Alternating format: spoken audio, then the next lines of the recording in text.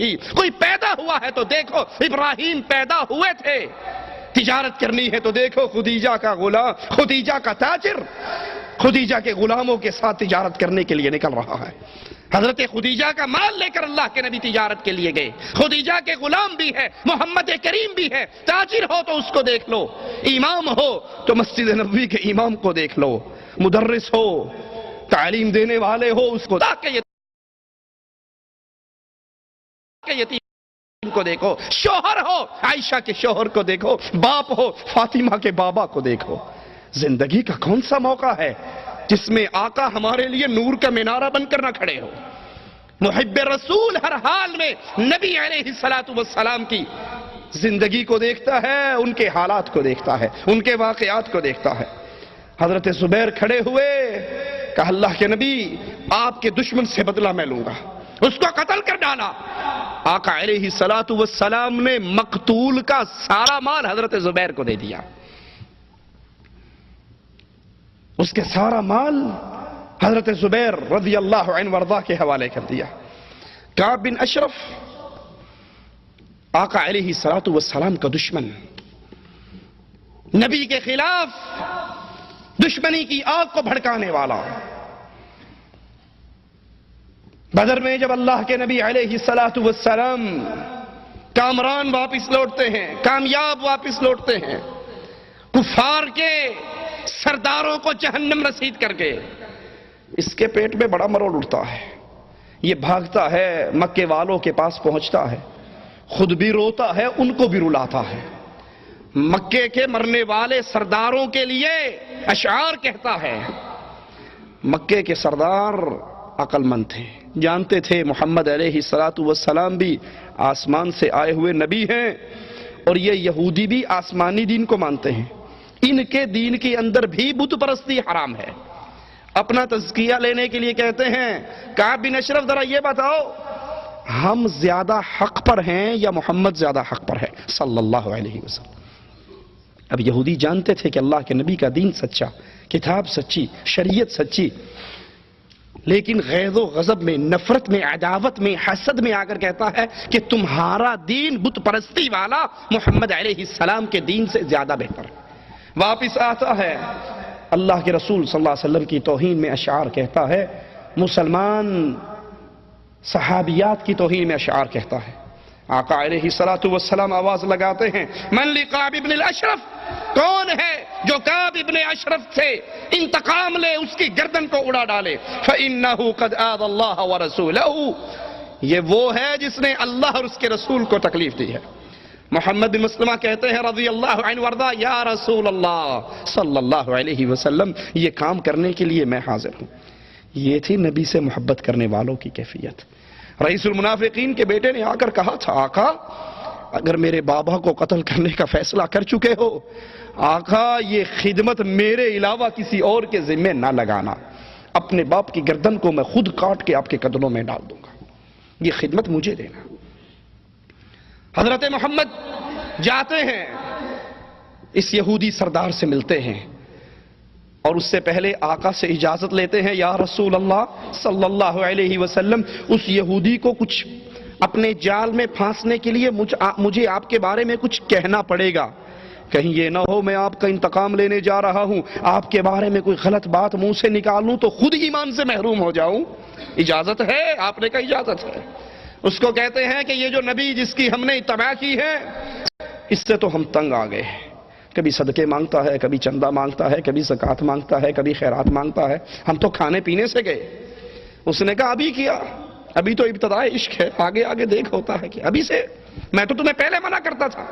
کہنے لگے اب چونکہ اس کا کلمہ پڑا ہے، اس کے پیچھے چلے ہیں، اس کو چھوڑ بھی نہیں سکتے، اس کا انجام دیکھنا چاہتے ہیں تو ہمیں کچھ غلہ دے دے، ہم بڑے غربت کے اندر دن گزار رہے ہیں. کہا اچھا اپنی عورتوں کو میرے پاس گروی رکھ جاؤ اور غلہ لے جاؤ. کہا تو عرب کا بڑا حسین ہے، نوجوان ہے، مالدار ہے، اپنی بیویوں کو تیرے پاس چھوڑیں گے تو فتنے میں مبتلا کریں گے، یہ نہیں ہو سکتا.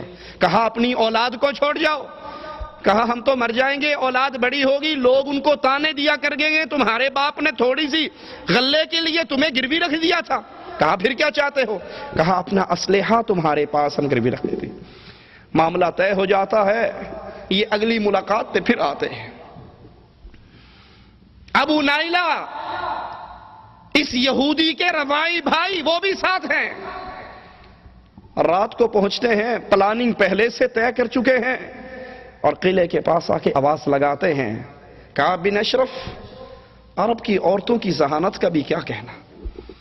وہ عرب کی عورت اس یہودی کی بیوی کہتی ہے، اس آواز کے پیچھے نہ جاؤ، مجھے اس آواز میں سے خون ٹپکتا ہوا محسوس ہو رہا ہے۔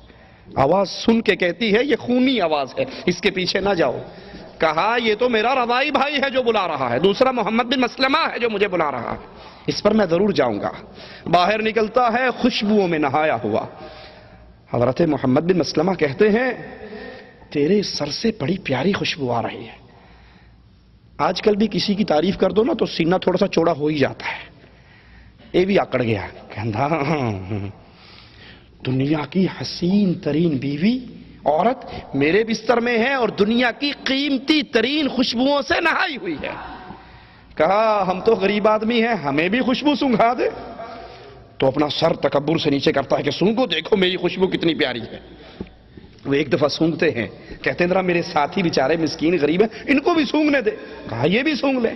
سونگ کے چھوڑ دیتے ہیں، پھر تھوڑا سا آگے چلتے ہیں، پھر کہتے ہیں بڑا ہی لطف آیا تھا تیری اس خوشبو سے، ایک دفعہ اور ہو جائے۔ وہ دوبارہ پھر سر تکبر سے، سینہ تو اس کا چوڑا ہو ہی چکا، اپنی تعریف سن کے فخر میں تو وہ آ ہی گیا، کہتا ہے ایک مرتبہ اور ہو جائے۔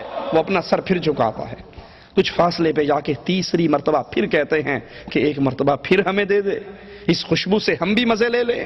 یہ سر جھکاتا ہے، محمد بن مسلمہ اس کو قابو کرتے ہیں اور اپنے ساتھیوں سے کہتے ہیں، لو اللہ کے دشمن کو اس کی گردن کو کاٹ ڈالو۔ تلواریں بلند ہوتی ہیں، کعب ابن اشرف کی گردن اس کے وجود سے جدا ہو جاتی ہے۔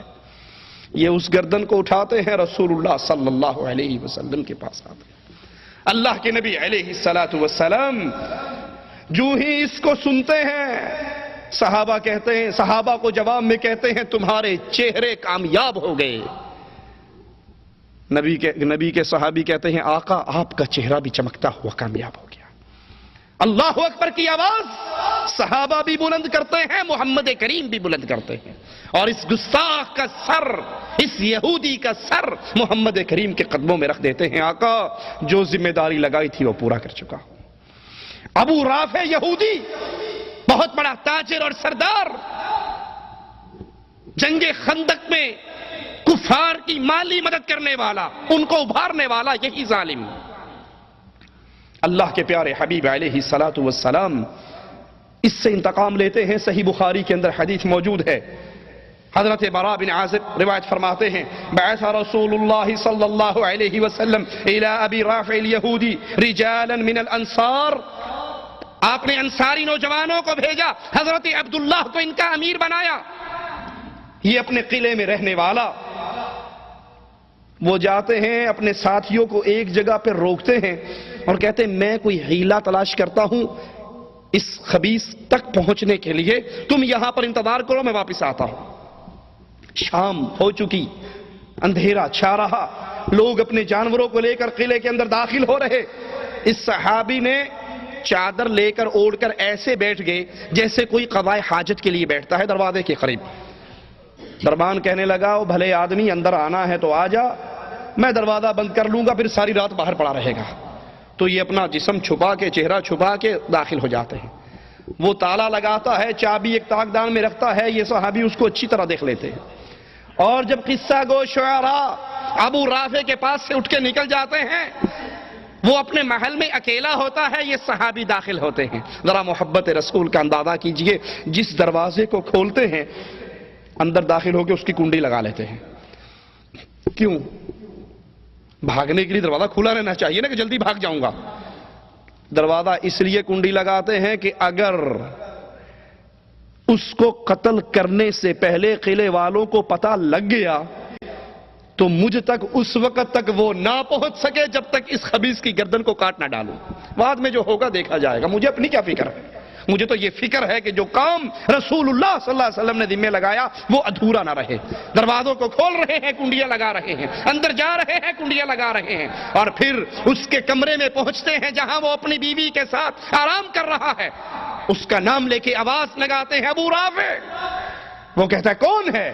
اس کی آواز کے اوپر تلوار کا وار کرتے ہیں, لیکن وار کامیاب نہیں گزرتا. وہ چیخ لگاتا ہے.